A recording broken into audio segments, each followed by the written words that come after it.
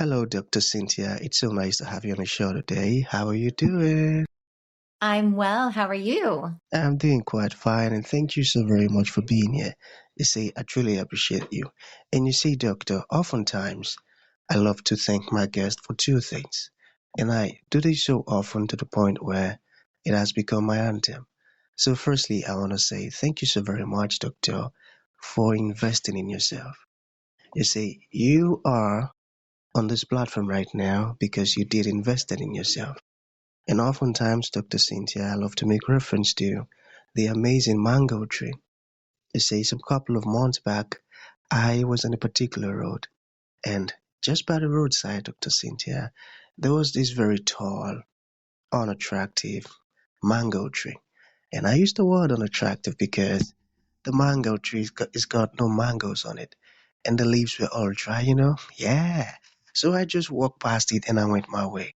But you see, Dr. Cynthia, just recently I was on that same road, and this time around, a lot's changed about the mango tree. You see, the mango tree caught my attention pretty good from a distance, and immediately I got the urge to move so close to it, of which I did, and it wowed me.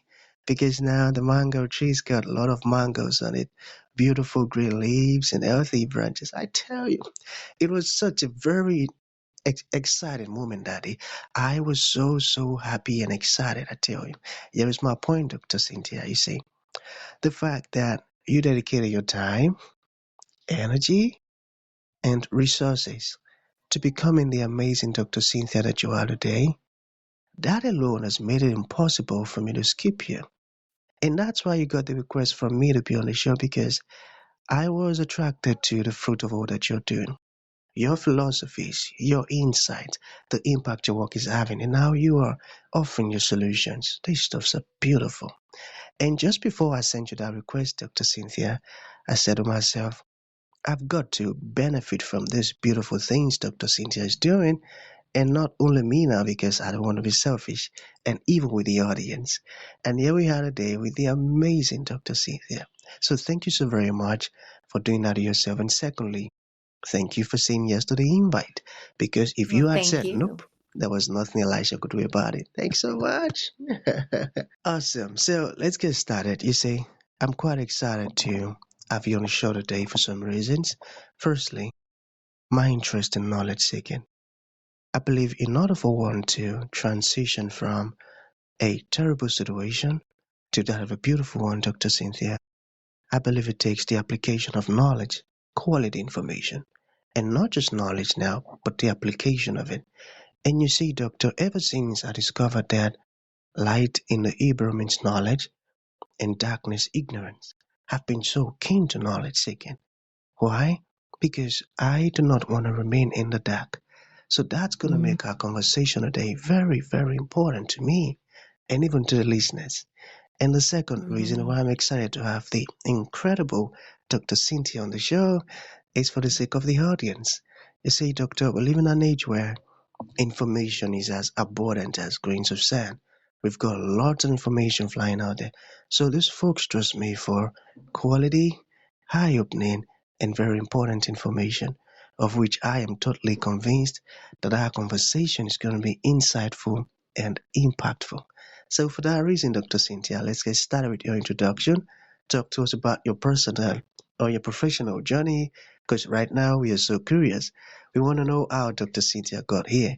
Then afterwards, I've gotten some beautiful questions for you. Okay, Dr. Oh, Cynthia, over to you.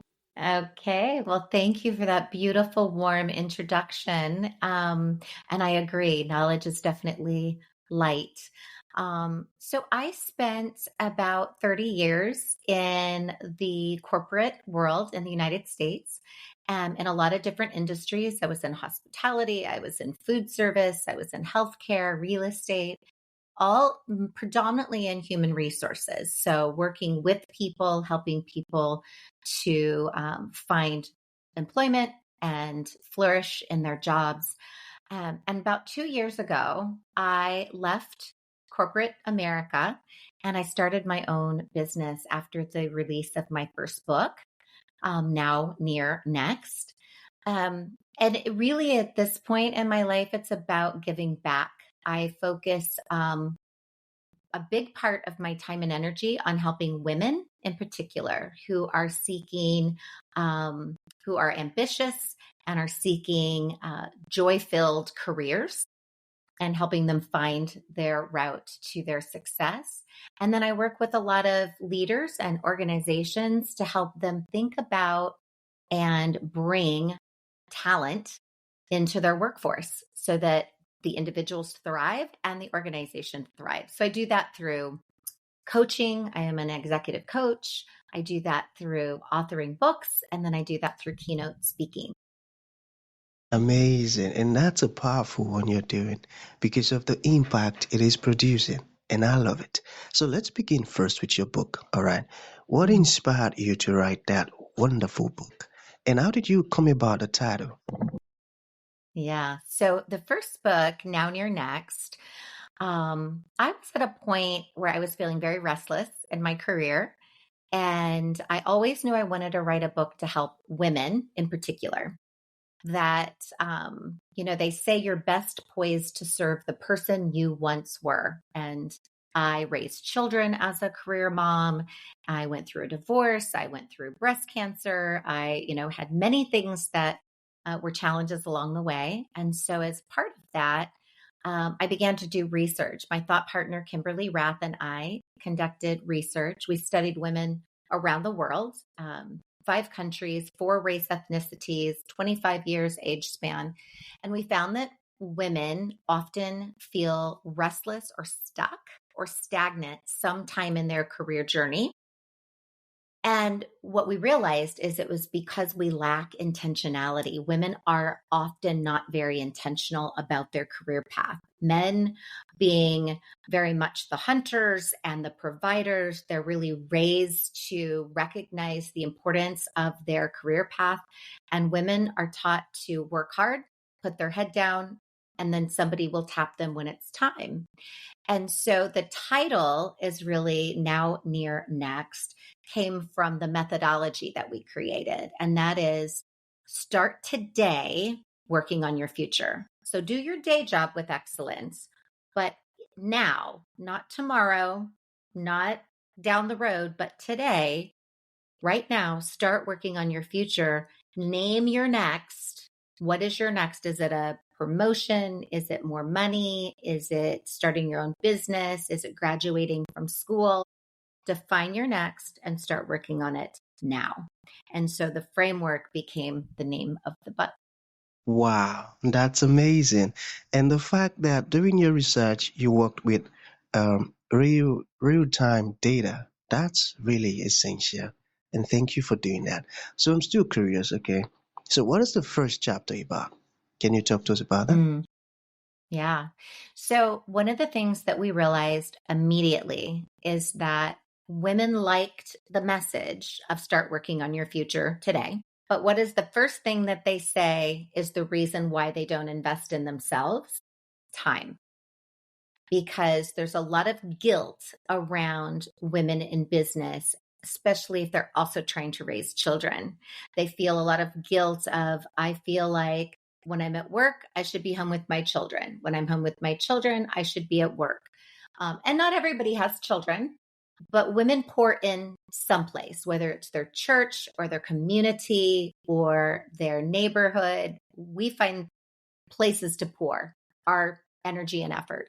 And so, chapter 1 is all about embracing grace. It's all about boundaries and how do you find time to invest in yourself unapologetically, guilt free.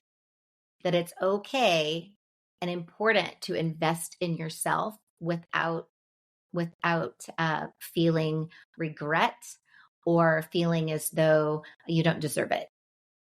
Beautiful. And that's a great way to kickstart the wonderful book. Okay, so while you were talking earlier, you mentioned something about helping organizations, search for talents. So, what's the difference between managing and mobilizing talent? That's a big question. That's a great question. So my Thank you. yeah, so my second book, which is coming out February 3rd, it's available now on Amazon, is Human Capital Investment Strategy. And in that book, it really defines that managing is the day to day. It's keeping the trains running on time. It's approving people's time off. It's improving their expense reports. It's, helping make sure they understand expectations. Mobilizing talent is really about seeing in another person their superpowers. It's about seeing in another person that which is hardwired, that they do naturally. It's looking at their potential and saying, I can teach the skill and knowledge, but I can develop that natural talent, that raw potential into something extraordinary. And so when you're mobilizing talent, it's really about saying, how far can this person ultimately go when I discover their innate, hardwired superpowers? I got that. And that's a great one. So what about this one? How can leaders see people as an investment and not Mm, just headcount? yeah. How do they see them as investment, not just headcount? So that's really the burning question of human capital investment strategy. Is I think that most leaders and most CEOs really do believe and want to believe that their people are their greatest asset. However, when financials are struggling, when the economy is struggling, oftentimes when it comes down to it, people are treated as a labor burden, not an asset to invest in. And so, what I really teach is this notion that when you find the people that are so well poised to do a specific job, that it's part of who they are and how they show up, they are going to be a force multiplier. They are going to deliver multiple times more than somebody who is having to work really hard to do that thing because it doesn't really come naturally. And so you invest by attracting from a bigger pool, right? You don't restrict it with arbitrary criteria. We're too often focused on industrial revolution era filters. How many years of experience does a person have? What big top brands have they worked for? What school did they graduate from? Those things are informative, they're not predictive of success. So, what I suggest from a data and evidence perspective is teach what you can teach, but hire, select, and promote based on raw potential. That's where you're going to have the greatest gain. Wow, this is amazing. And you see, it is as though I'm in a very important class. You see, thank you so very much. Now I see why you're so good at what you do. Okay, so let's concentrate on women. All right. So why do Mm, women often wait until they feel ready? yeah. It has a lot to do with our conditioning. If we think about, and this again was a universal, a global discovery, is that very often, for the most part, women are conditioned to put your head down, work hard, and wait to get tapped. We even see that in school. If you think about little children in school, generally speaking, the girls are sitting still. They raise their hand. They're waiting to get called upon.